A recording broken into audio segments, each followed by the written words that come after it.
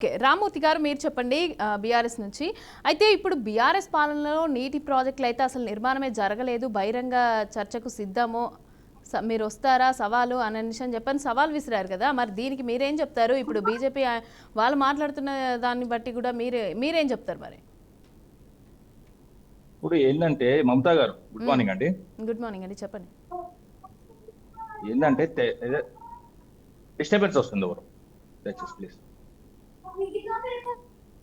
వినిపిస్తుందా అండి మాట్లాడండి మమతా గారు వినబడుతుందండి ఇప్పుడు తెలంగాణకు అనాదిగా కన్నీళ్లు పెట్టించుడే తెలిసిన తెలంగాణ ఏదైతే తెలంగాణకు అడుగడుగున ఏదైతే కాంగ్రెస్ ప్రభుత్వము కాంగ్రెస్ పార్టీ ఇప్పుడు కొత్తగా ఏం చేస్తుందని మనం అనుకోవాలండి ఇప్పుడు వాళ్ళకి నీళ్ళ గురించి తెలియదు ఓన్లీ తెలంగాణ ప్రజలకు కన్నీళ్లు పెట్టించుడే తెలుసు వాళ్ళకి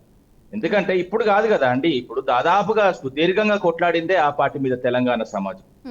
ఇప్పుడు ఒక్కొక్కటి చెప్పుకుంటే పోతే ఎందుకంటే ఇప్పుడు వాళ్ళు ఏం చేయలేదు మేము ఏం చేసినాం అన్నది కూడా మేము చెప్పుకోవాలి ఎందుకంటే మిషన్ కాకతీయ వచ్చిన తర్వాత మిషన్ కాకతీయ చెరువులు ఎందుకంటే కాకతీయులు గొలుసుకట్టు చెరువులు వాటితోనే మనకు తెలంగాణ పునర్జీవం అన్న ఆలోచనతోనే 4 దఫాల్లో మేము దాదాపు 46,531 చెరువులను పునరుద్ధరించి దాదాపు 15.06 లక్షల ఏదైతే ఆయకట్టుకు స్థిరీకరించిన మాట నీటిని చిన్న విషయం కాదు కదా అండి చిన్న నీటి మీద ఇంత ఖర్చు పెట్టిన ప్రభుత్వం దేశంలో ఒక్కటి కూడా లేదు అదే విధంగా ఒకటి చూసుకున్నామండి 2019 లెక్కలతో పోస్తే 2023 నాటికి 5.36 ఏదైతే మీటర్ల భూగర్భ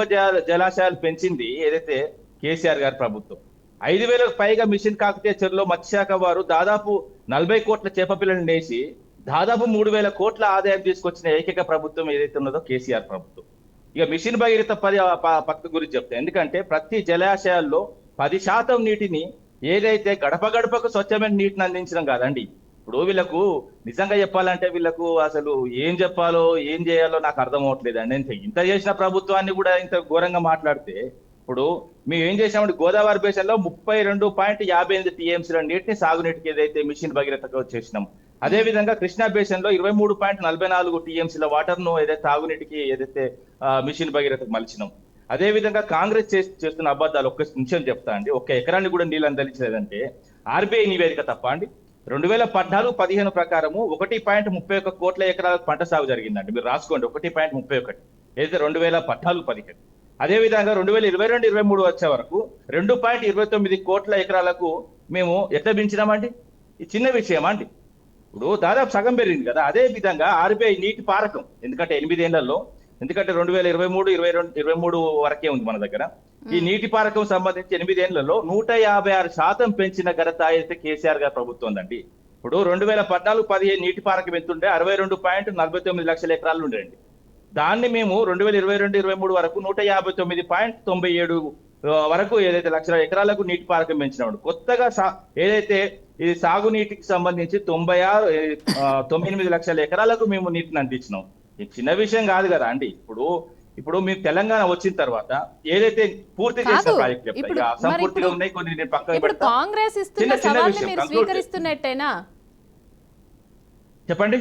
ఇప్పుడు కాంగ్రెస్ విసిరిన సవాల్కి మరి మీరు ఏం చెప్తారు మరి స్వీకరిస్తారా లేకపోతే బరాబర్ స్వీకరిస్తాం అరే ఏం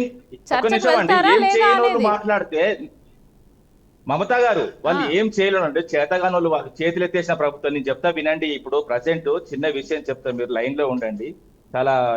ఘోరమైన విషయము ఇప్పుడు ఏదైతే ఎల్ఎండిలో వాస్తవంగా 24.8 టీఎంసీల వాటర్ ఉండాలండి వాళ్ళు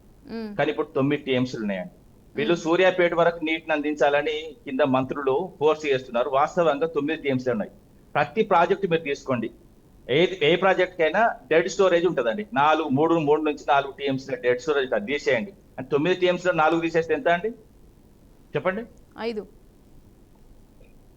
5 టీఎంసీల వాటర్ 5 టీఎంసీల వాటర్ ఎండాకాలం సాగునీటికి ఎక్కడ సరిపోతాయి తాగునీటికి ఎక్కడ సరిపోతాయి అదే విధంగా ఎంఎంఆర్లో